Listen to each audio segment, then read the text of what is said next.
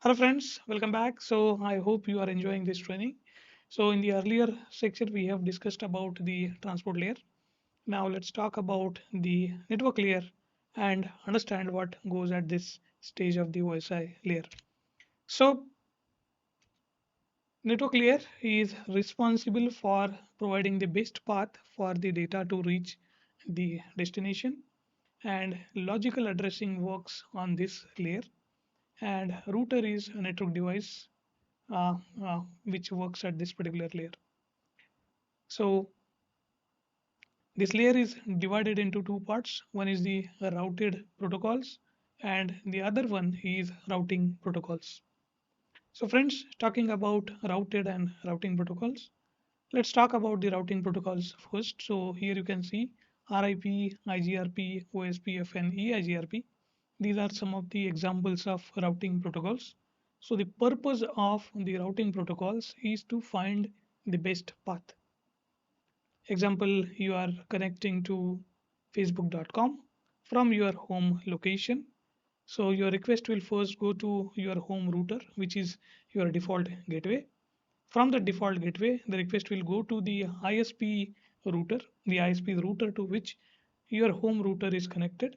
And from that ISP, so when we talk about the ISP, it is your local ISP, and that local ISP will be connected to one of the global ISPs in your country. And that global ISP will then transfer the data to the data center of Facebook, whichever country it may be, but it will be transferred to the global ISP of that country, and from there it will then connect to the local ISP to which Facebook data center is connected, and thereon transferring the request to the web server. So while data is transferred from your computer to facebook.com, it may take different paths. Example, it is going from your home to example BSNL is your ISP. From BSNL to it will go to TTML or TCL, or it could be VSNL, which is Videsh Sanchar Nigam Limited, and from there it will connect to the other country uh, ISP and subsequently the Facebook data center. So it may take multiple paths. The routers in between your home router and the ultimate facebook.com may change. So path identification is done by the routing protocols, and routed protocols, when we talk about IP, IPX, IPLTalk, so these are some of the routed protocols, or HTTP is a routed protocol again.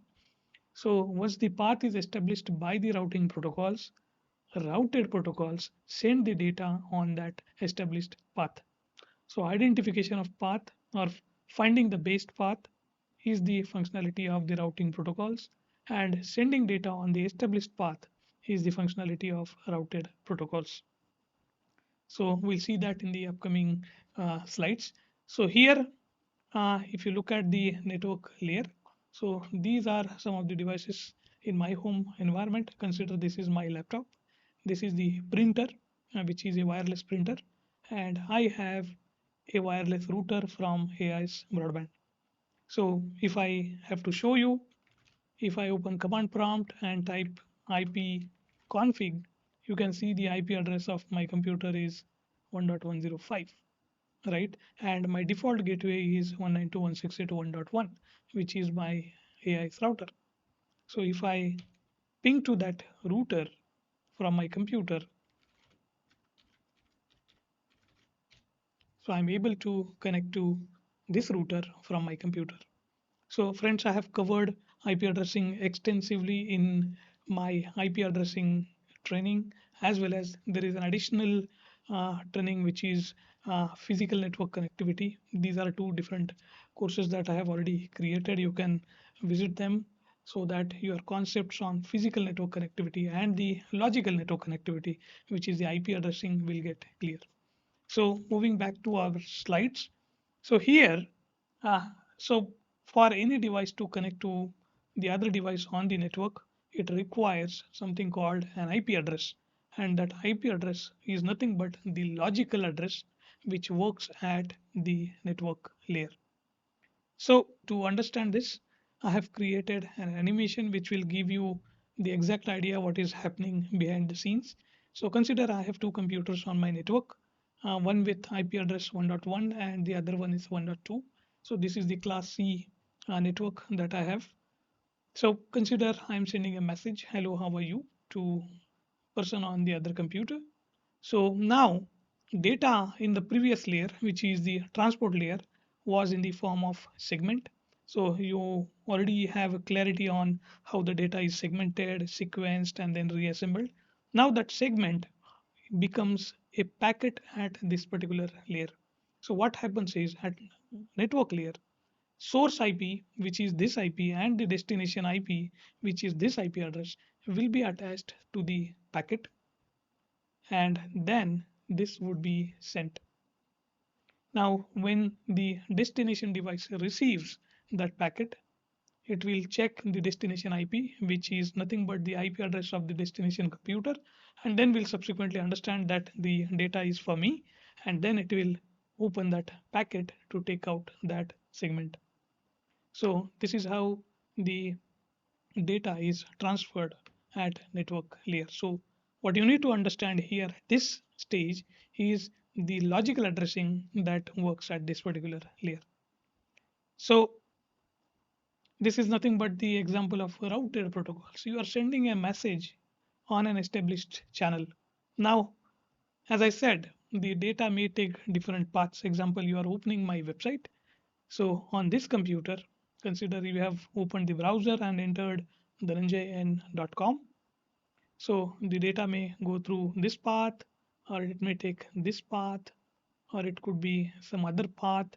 So many different paths can be taken. So these paths are decided by the routing protocols which are configured within these routers. So there are distance vector protocols and link state protocols. So distance vector protocols decide the path looking at the number of hops that the data needs to travel. So number of routers that the data needs to travel. But link state protocol will calculate the link speed even if it goes like this. But if the speed within each router is faster as compared to this path, for example, it will always take a longer path, even if there are more number of hops or routers within the path. So this decision of selecting the path is done by the routing protocols. So I'm going to release a series on routing, which is switching and routing very soon. So keep visiting my courses. The so just be there, stay tuned, and first try to complete all the courses, the beginner courses that I have already launched on my platform. So friends, like this, the path is selected by the routing protocols, and finally it reaches to the destination. So now talking more about the activity and the attack vectors at this layer. So activities, routing and addressing goes at this layer, which you already know. IPv4, IPv6 and routing protocols work at this layer. Example, OSPF, which is open shortest path first. So OSPF is one of the well-known protocols used to select the best path. So always remember, shortest path is never the best path. So decision needs to be taken basis the available bandwidth or best way to transfer data from one point to another. So OSPF does that. So then subnet configuration is another activity that goes at network layer.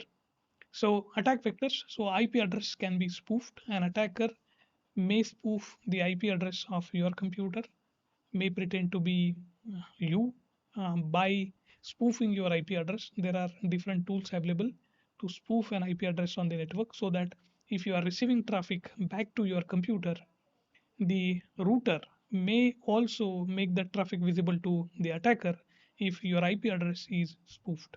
So this is very well possible. Now moving to the next is the routing table manipulation. So there are some protocols which dynamically update the routing table looking at the neighbor routers. And if you connect a router, fake router, or a rogue device or the router within the network without the notice of the network team, what may happen is along with the legitimate routers, this rogue router may also receive the routing table updates from the neighboring routers and get to understand how the data is actually transferred. So routing table manipulation is also possible. Additionally, local routing table on your computer can also be manipulated. So that's where most of the times it is recommended to flush the DNS cache and remove the static route. So I have covered the routing commands in my physical network connectivity chapter. Do visit the training and try to understand how the routing table is updated. So I have talked about the default route, or it may happen that your computer is connected to two different networks and you may need to decide the default route while data is being sent. So that's where the routing concepts come into picture. So now DDoS attack, again, a particular IP on the web, which is the public IP, can be targeted where organizations host their website. So every organization hosts their websites or applications on the network, which is the world of internet. And to make them accessible to the world, it needs a public IP address. So websites can be attacked with a distributed denial of service attack. So what happens here is a huge traffic is originated by the hackers from different parts of the world. This is usually done with the help of botnets. Botnet we are going to talk about in my cybersecurity trainings.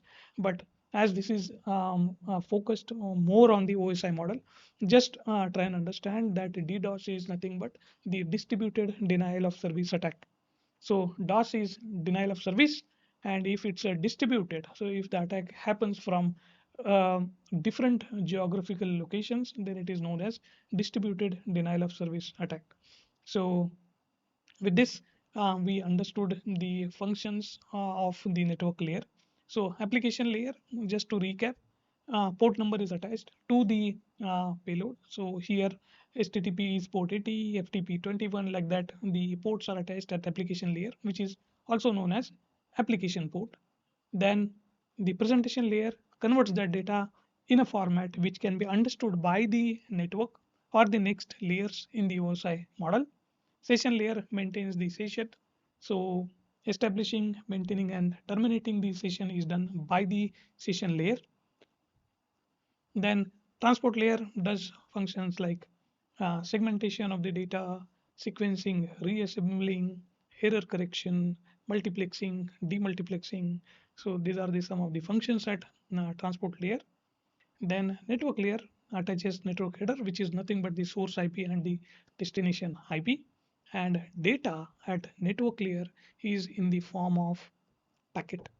So this is a usual question. So data at transport layer is in the form of segments, and data at network layer is in the form of packets. So the device that works at this layer is nothing but a router. So it could be any router. It could be a wireless router. It could be a Cisco router. It could be router from any other vendor. So let's understand source and destination IP address concept with the help of Wireshark. Thank you.